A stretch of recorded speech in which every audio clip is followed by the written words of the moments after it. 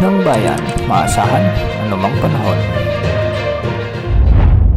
Magandang araw po sa ating lahat. Narito na ang latest update sa lagay ng ating panahon ngayon at sa magiging lagay ng ating panahon sa susunod na 24 oras. Sa kasalukuyan ay maraming lugar ang nakakaranas ng maulap na kalangitan na may mga kalat-kalat na pagulan at thunderstorms, at ito ay dulot ng pinagsamang epekto ng amihan, shearline at easterlies. Dahil nga sa umiiral na shearline, ito yung banggaan na malamig at mainit na hangin, ay makakaranas ng ganitong panahon ang buong Visayas sa may Albay, Sorsogon, Catanduanes, sa Masbate kasama na ang Dinagat Islands. Pinag-iingat natin ang ating mga kababayan dito dahil posible ang banta ng mga biglang pagbaha o pagguho ng lupa, lalo na kung may mga katamtaman hanggang sa malalakas na pag-ulan.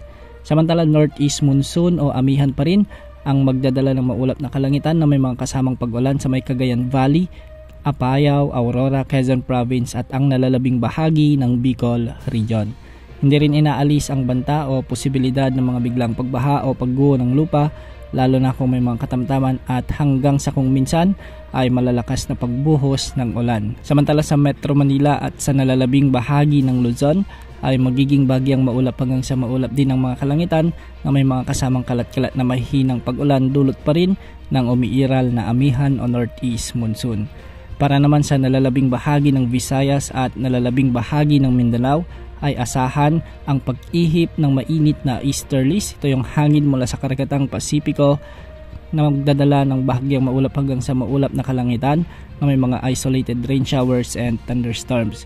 Dahil dito, posible rin ang banta ng mga flash floods o landslide, lalo na kung may mga umiiral na severe thunderstorms. Sa kasalukuyan ay wala pa rin tayong namamonitor na anumang sama ng panahon gaya ng LPA o bagyo na posibleng pumasok sa ating area of responsibility at makaapekto sa anumang bahagi ng ating bansa sa susunod na 3 hanggang 5 araw. Para naman sa lagay ng mga pag-alon sa ating karagatan, ang mga baybayin sa silangang bahagi ng Southern Luzon at sa Visayas ay posibleng umabot ang mga pag-alon hanggang 4 na metro.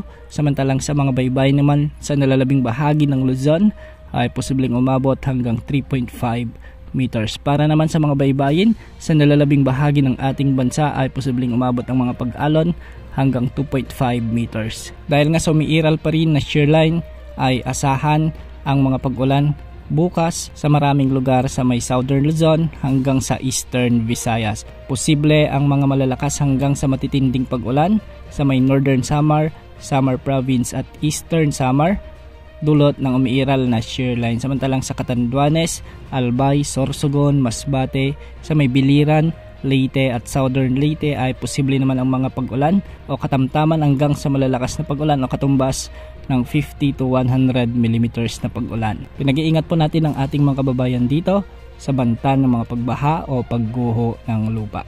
Yan muna ang update sa lagay ng panahon. Ito po ang weather update ng bayan, maasahan anumang panahon.